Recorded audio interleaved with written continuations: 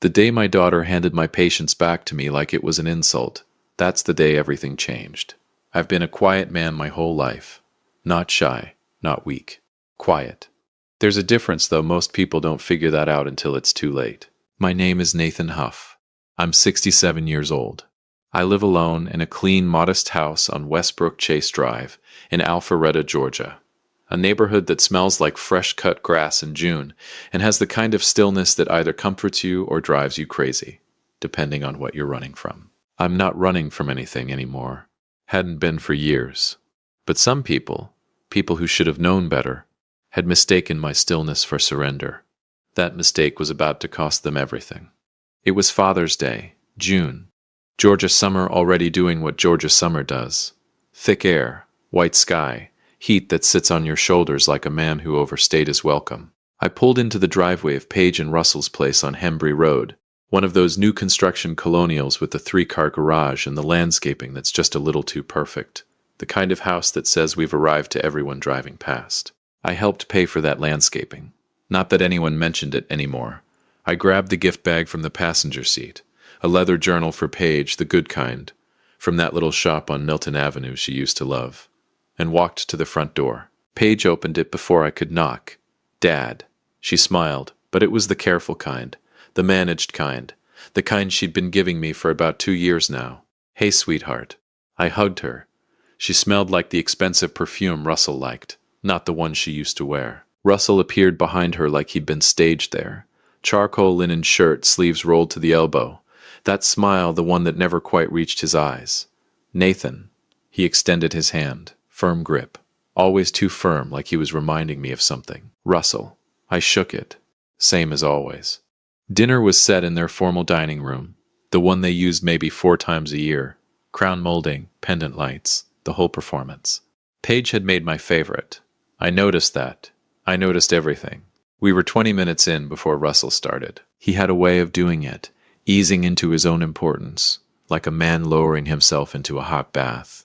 Slow, deliberate, savoring every degree. So I don't know if Paige told you, he said, cutting his meat with surgical precision. But we're in the final stages of securing a contract with the Alpharetta Fulton Development Board. She mentioned something, I said. It's significant, Nathan. I mean, he paused like he was being modest, though Russell Boyd had never been modest a day in his life. We're talking about the North Point Corridor project, mixed-use development, 42 acres, the kind of deal that puts you on the map permanently. Paige beamed at him. That beam, the one she used to give me when she made honor roll. Don't go there, Nathan. That's a big contract, I said evenly. How'd you get in front of the board? Something moved behind his eyes. Quick, like a fish darting under still water. Connections, he said smoothly. You spend enough years building relationships in this industry. Doors open. Connections. I picked up my fork, took a bite. Chewed slowly. I knew exactly which door had opened, and whose name was on it. Welcome to Dad's Raw Revenge. Hit that like button. Drop a comment below letting me know where you're watching from. This story is going to take you somewhere. Here's what I hadn't told anyone yet. 3 weeks earlier, I'd gotten a call from an old colleague, Glenn Tate, a man I'd worked alongside for over 20 years in commercial property consulting before I retired. Glenn called because he'd seen my name on a project prospectus that had crossed his desk. My name, listed as a professional reference and strategic advisor for a company called Boyd Premier Development, LLC. I had never agreed to that. I had never even been asked. Glenn, being Glenn, thought I'd simply forgotten to mention it. He called to congratulate me. I thanked him, hung up, and then I sat in my kitchen on Westbrook Chase Drive for about 15 minutes, doing nothing but breathing. He used my name, without asking, without a single conversation. I had spent 34 years building a professional reputation in North Atlanta's commercial real estate consulting world. My word meant something to people on the Fulton County Development Board. It meant something to men like Glenn Tate. That reputation wasn't luck. It was decades of showing up, telling the truth, and never cutting corners. And Russell had folded it up like a napkin and stuffed it in his pocket. I didn't call him. I didn't call Paige. I made a decision quietly, the way I make all my important decisions. And I waited for Father's Day. I reached down beside my chair and pulled a folded document from my jacket pocket. Russell, I said, keeping my voice level, I need to talk to you about something. He looked at the papers. His jaw tightened, just slightly. Paige glanced between us. "What is that?" she asked. "It's a copy of the Boyd Premier Development Prospectus submitted to the Alpharetta Fulton Development Board." I unfolded it slowly, smoothed it on the table, specifically the section listing professional references and strategic advisors. I turned it so Russell could read it. My name is on page 4, paragraph 2. Silence. The kind of silence that has weight. "Dad, what—" "I never authorized this," I said, still calm, still even. "Russell never asked me, never mentioned the project. I found out because Glenn Tate called to congratulate me on something I had no idea I was a part of." Russell set down his fork. "Nathan, look, it's more complicated than—" I'm not finished. First time I'd ever said that at this table. I want my name removed from every document, every filing, every version of that prospectus submitted to the board. Today, Monday at the latest. Russell leaned back, did a slow exhale through his nose, that thing he did when he was recalibrating, buying time. Then he looked at Paige, and that's when it shifted. I watched it happen in real time, watched him make the calculation, watched him choose his weapon. "Paige," he said, his voice going soft, injured, "your father is trying to pull my name from the biggest opportunity of our lives, on Father's Day." He let that land. "I don't know what I did to make him hate our success this much, but that is not what's happening," I started. "Russell worked for 2 years on this deal," Paige said, her voice rising. 2 years, Dad, and you're going to walk in here today on Father's Day and blow it up. He used my name without permission, Paige. That's fraud. It's a reference. It is not a reference if I never gave it." She stood up. "Oh, here we go." Paige had her mother's eyes when she was angry. Wide. Certain. Terrifying in the way only someone who loves you can be terrifying. "You want to do this?" Her voice was shaking. "Fine. Then here's where we are, Dad. You apologize to Russell right now. You tell him you support this family, or you are no longer welcome in this house, in this family." The room went completely still. I looked at my daughter, this woman I had driven to ballet recitals and stayed up with through fevers and cried over at her college graduation. And I saw something I hadn't let myself see before. She didn't need protecting from Russell. She was standing right next to him. Russell's smirk was small, controlled. The smirk of a man who has just watched someone fold 100 times and expects fold number 101.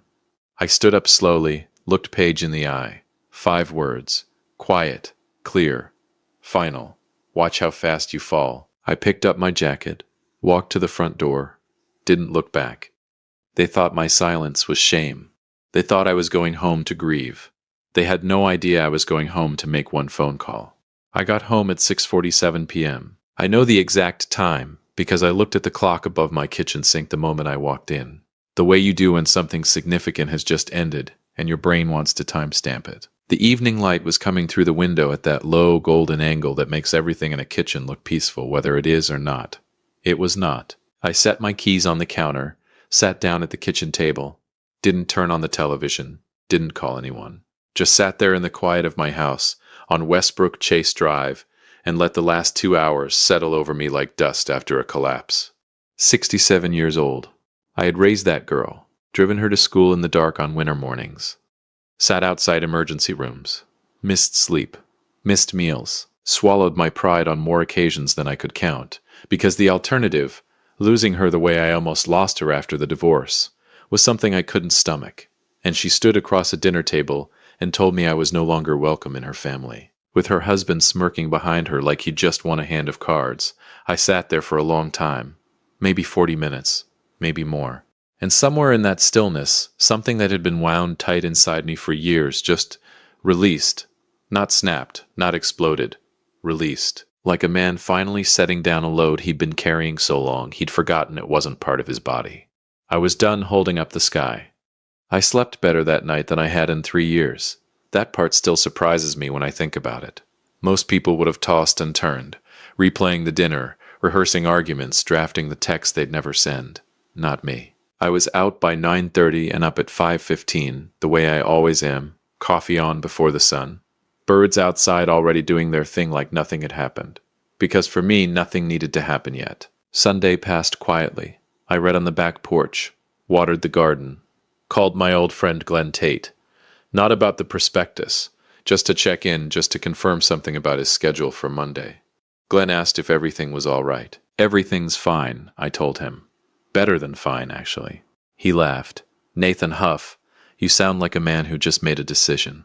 I did, I said. About 3 years too late. Monday morning, June. The Georgia heat, already climbing by 8 a.m., the kind that makes the asphalt on North Point Parkway shimmer by mid-morning. I dressed the way I used to dress when I was still working.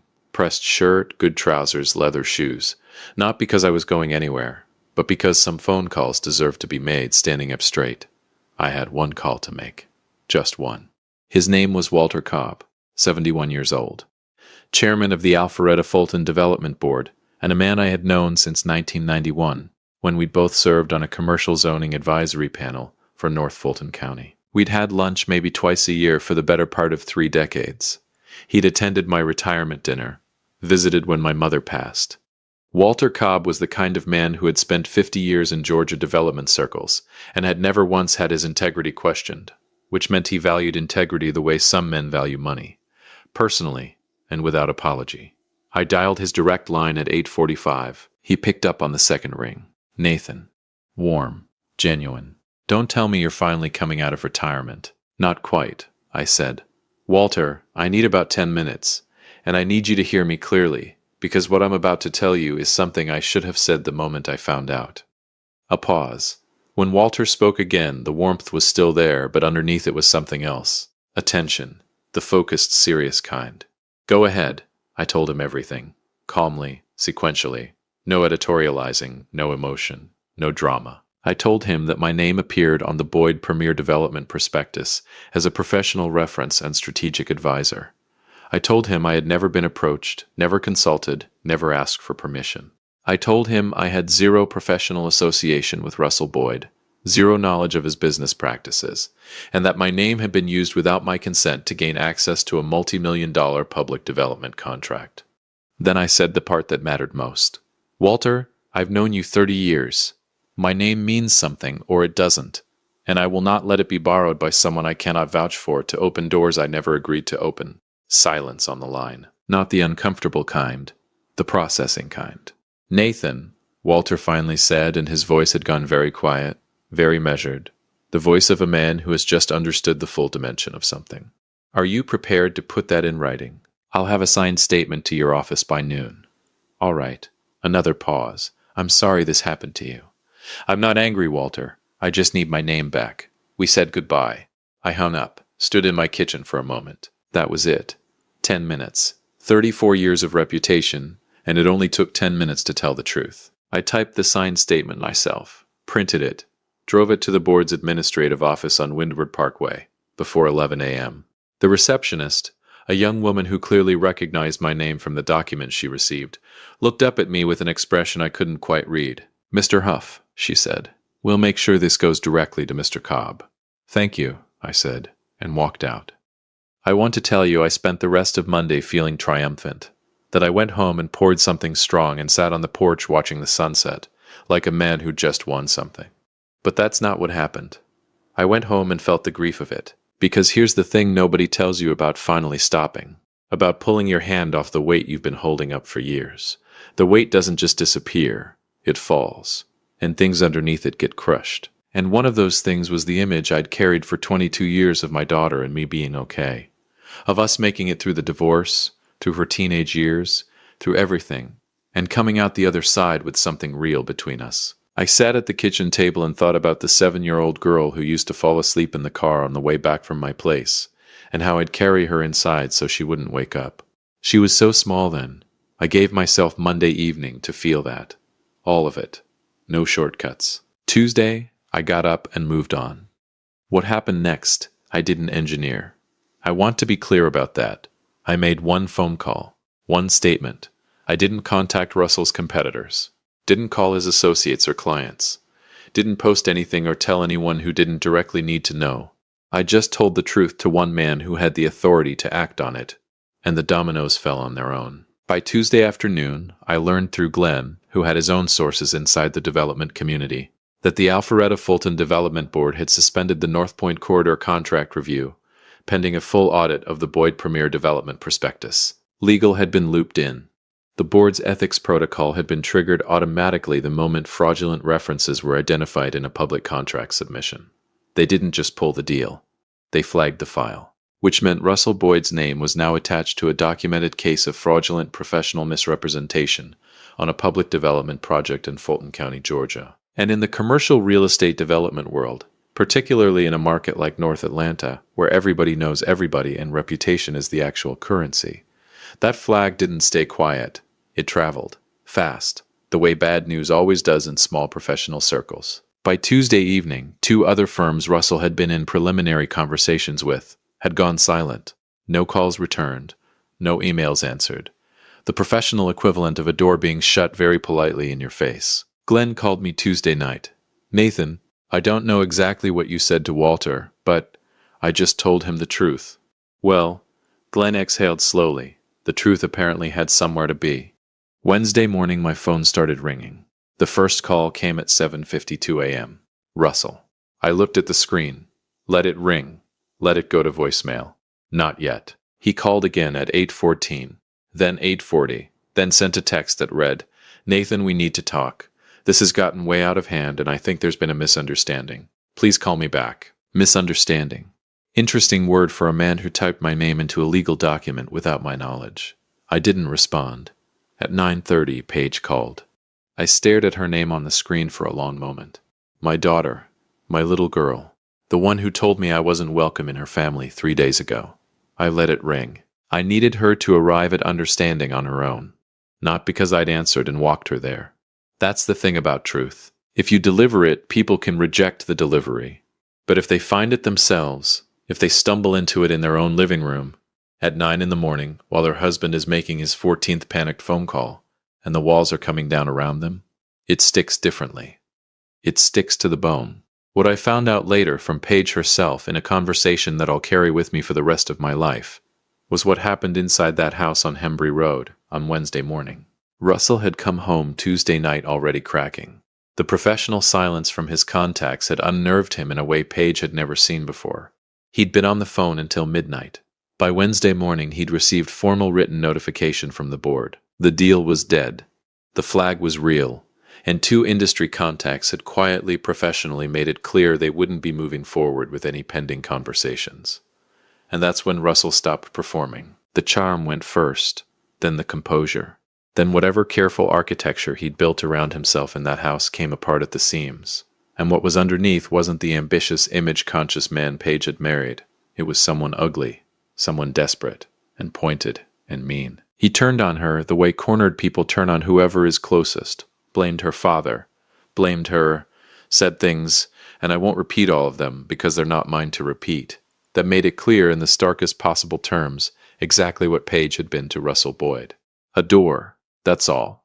A door with my name on it. And when the door stopped being useful, he didn't even try to hide it. By Wednesday afternoon, Paige was sitting alone in the house on Hembry Road, her husband having driven off somewhere in a fury, her phone in her hand, looking at my number. 3 days after Father's Day, exactly like I said. She thought my silence was punishment. It wasn't. It was the first time in 22 years I'd let her face something without me standing between her and the fall, and I'd be lying if I said it didn't cost me. If you have been listening for a while, drop your thoughts in the comments. Hit the like button while you're at it, and be sure you're subscribed. There is a specific kind of knock on your door that you feel before you hear it. Not loud, not angry, desperate. I was in the backyard when it happened.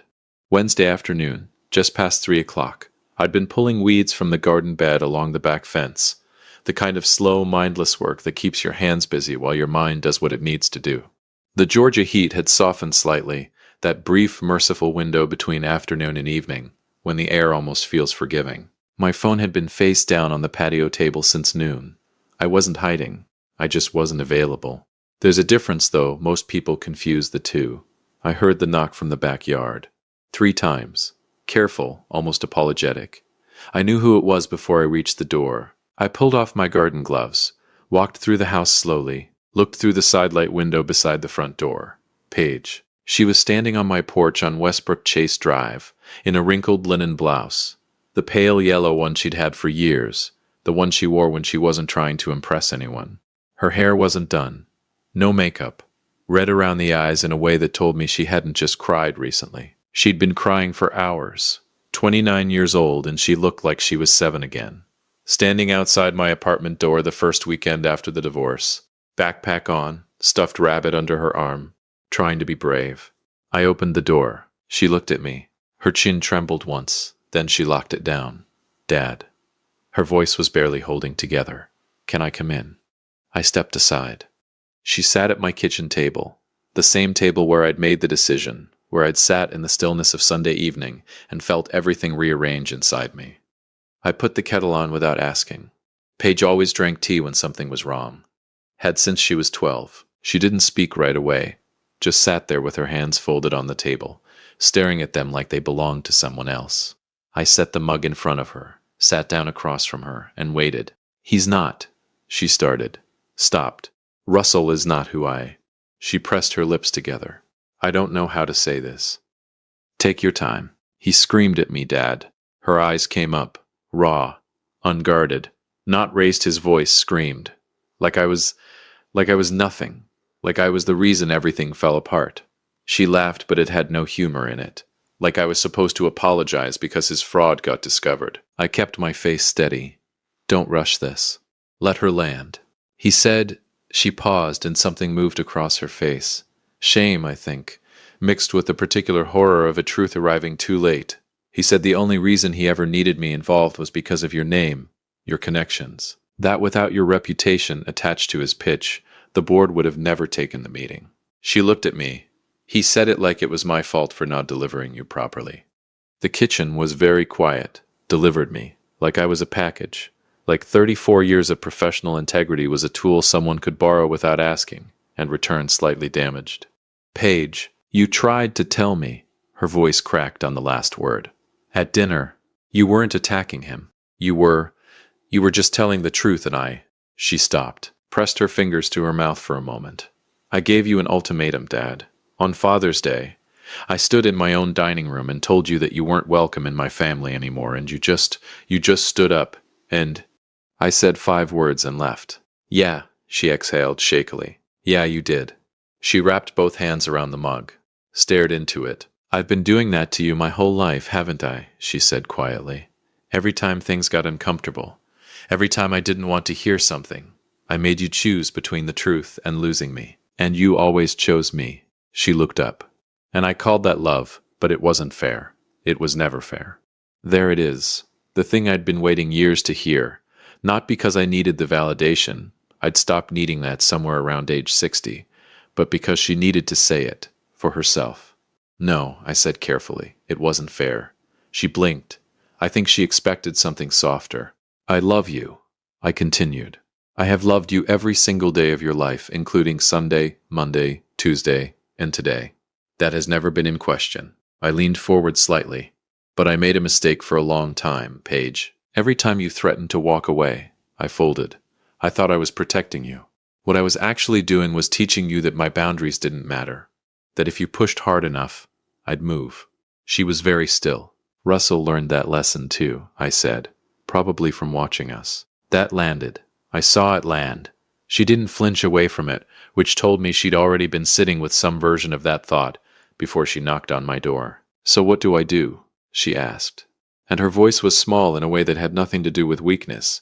It was the smallness of someone who has just had the architecture of their life cracked down the middle and is sitting in the rubble asking a genuine question. That's not mine to answer, I said. That's yours. My phone buzzed on the counter. We both looked at it. Russell Boyd. Paige's jaw tightened. He's been calling you all day. I know. Are you going to answer? I looked at the screen until it stopped buzzing. No. She almost smiled. Almost. 3 minutes later, a voicemail notification appeared.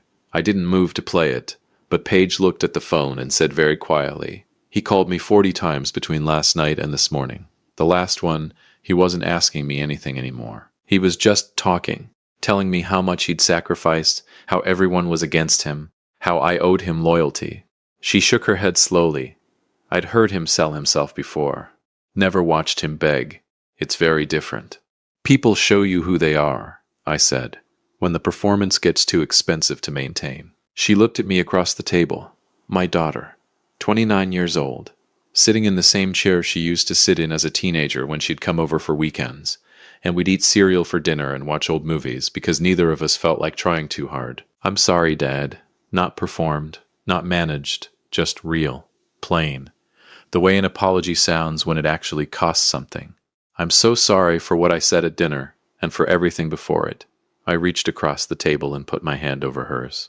I know. We stayed like that for a moment. Then I stood up and refilled the kettle. Russell called twice more that evening. The second time, he left a voicemail that was 3 minutes and 40 seconds long. I know because I eventually played it. Once, alone, after Paige had gone. He started with justifications, moved through explanations, arrived somewhere in the middle at something that resembled an apology, though it was the kind of apology that's really just a well-dressed request. He needed me to call Walter Cobb, needed me to clarify the situation, needed me to explain that there'd been a miscommunication, and that Russell Boyd was a man of integrity who'd simply moved too fast in his eagerness. 3 minutes and 40 seconds. A man of integrity. From a voicemail left by someone who forged professional references on a public contract submission. I deleted it. I've thought a lot about what mercy looks like at 67. When you're young, you think mercy is softness. You think forgiveness means reopening every door you closed. You think love means absorbing whatever someone throws at you and coming back smiling. I don't think that anymore. Paige came back 2 days later. We talked again, longer this time, harder in some places. She'd spoken to an attorney. She was asking the right questions, making the hard decisions, and she was doing it without asking me to carry it for her. That was the thing that told me she was going to be all right. I told her she could call me, any time, for anything real. What I didn't tell her, what I didn't need to say out loud, was that the door she thought she'd closed on Father's Day had never actually locked. Because I'm her father, that part doesn't negotiate. But the version of me that folded every time she pushed, that man retired on a Sunday evening in June, somewhere between the dinner and the drive home. Russell Boyd called one final time on Thursday morning, 7 a.m. Before I'd even finished my first cup of coffee, I looked at the screen, sent it to voicemail, made my eggs, watched the birds in the backyard, read the paper.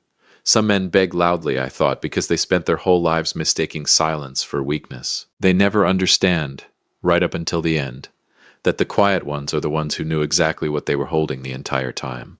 If you enjoyed this story, hit that like button, subscribe, and drop a comment below. Let me know where you're watching from. I will see you on the next one.